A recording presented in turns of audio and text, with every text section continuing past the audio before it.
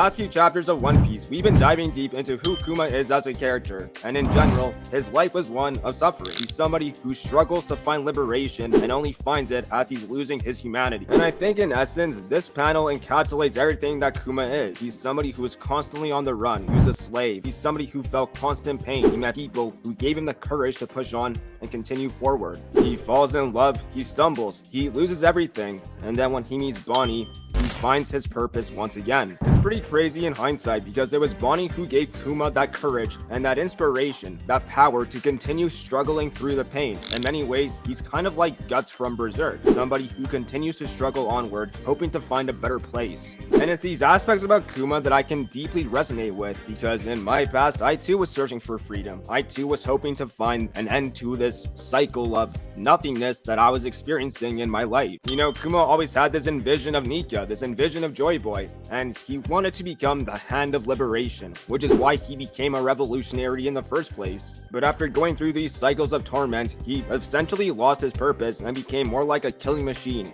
He was more machine than man. He was somebody who was just going through the motions, trying to find some semblance of peace even though his life was pure chaos. But like I said before, Bonney gave his life a new purpose, and as her father, he wanted to give her the best life that he never had. And that's why everything that Kuma did following Jinny's death was for the sake of Bonney. He sacrificed his humanity. He made deals with the devil just so he can make sure that Bonney lived a happy life. And there's that bit of tragic irony because the happiest times that Bonney had were when she spent her time with Kuma. She loved him as a dad. He was everything to her, just like she was everything to him. But like I said before, Kuma wanted to save her. He would do anything to make sure that his daughter lived a good life. So by making deals with the devil, the dark forces of the One Piece world, he effectively became this monster. He turned his back on the revolutionaries. He sacrificed any semblance of freedom he could have had, any semblance of liberation other people could have had. He became a weapon against the world, became a demon for the world, and it was all for Bonney. But it's strange because it's once he encounters Luffy, does he start believing in this vision of freedom, this idea of Nika.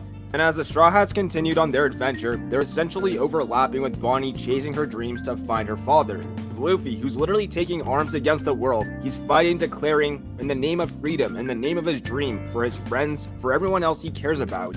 And if you're someone like Kuma, who failed to battle against the world, you can't help but be inspired by his actions. He goes to Thriller Bark, he essentially tests the Straw Hats themselves. Zoro, as Luffy's right hand, takes in Luffy's pain, and Kuma comes to realize that Luffy, who's this indomitable force that's fighting the world, is everyone on the Straw Hat crew.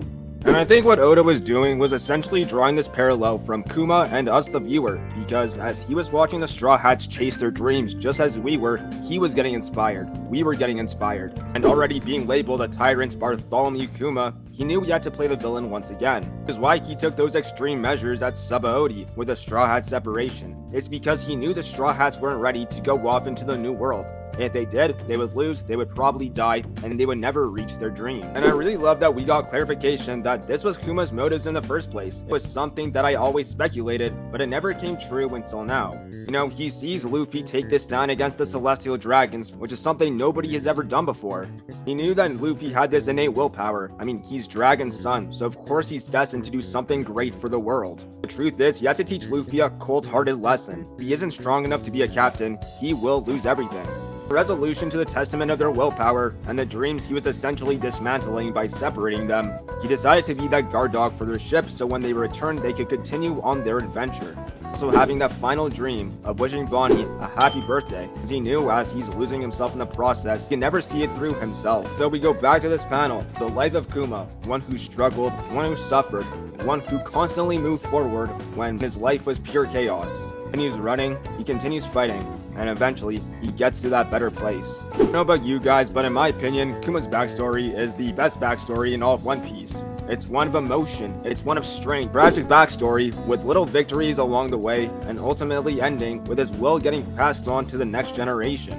What I love about this panel is that, you know, he's possessing this pose of Nika, that pose of liberation, continues on, he stumbles in his path as he loses those that are important to him, and he finds a resolve to keep going when he finds his purpose once again. For this backstory, there's no doubt in my mind that Kuma is a top 10, maybe even top 5 character in One Piece. This guy who suffered through everything is undeniably him.